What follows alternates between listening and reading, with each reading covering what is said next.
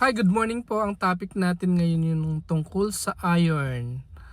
Yung iron po kasi importante din sa atin kasi siya ay isang mineral na component ng ating hemoglobin para maging healthy yung ating red blood cells. Kaya kapag kulang ka sa iron, yung ating skin ay maputla.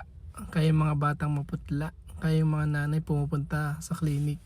Dok, bigyan mo kami ng multivitamins na may iron ha. Importante po kasi yung iron para sa hemoglobin at sa red blood cells.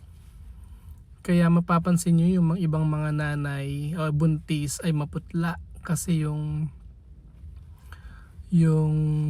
fetus kailangan niyang ng more oxygen, so nakukonsume yung mga nila red blood cells, So yun pong kapag yung mga bata ay kulang sa iron, madali silang mapagod, mahihirapang mag-concentrate sa school kasi nga naman yung hemoglobin di ba nagka-carry ng oxygen sa buong part ng katawan natin.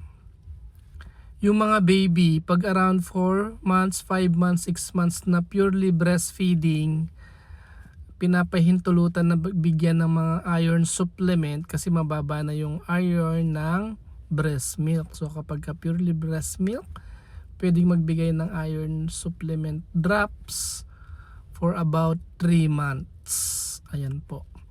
Yung iba namang mga bata na infested ng mga hookworms, yung mga worms na nagsasak ng blood sa intestine, siyempre, ayun, nagiging maputla. Yung mga batang adolescent na malakas mag-menstruation, maputla. Yung mga buntis o kaya yung mga nanay, no? Kaya binibigyan sila ng iron supplement ng mga buntis.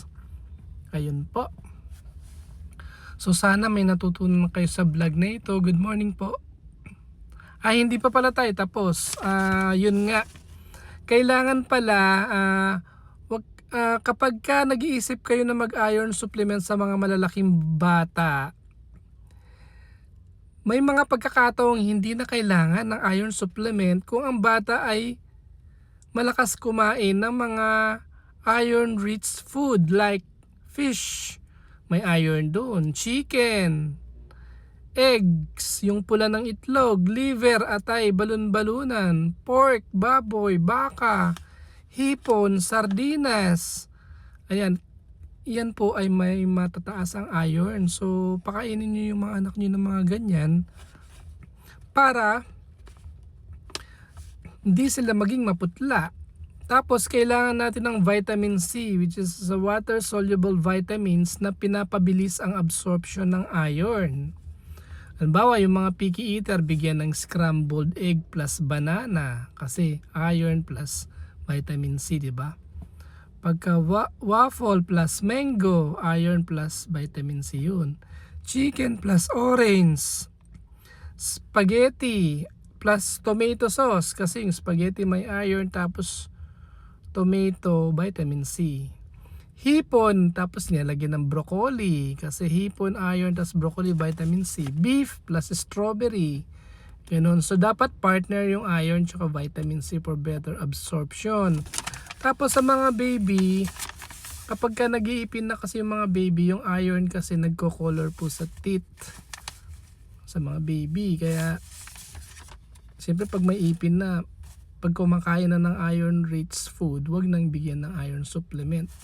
Sa mga bata namang nasa eskwela, binibigyan natin sila ng iron supplement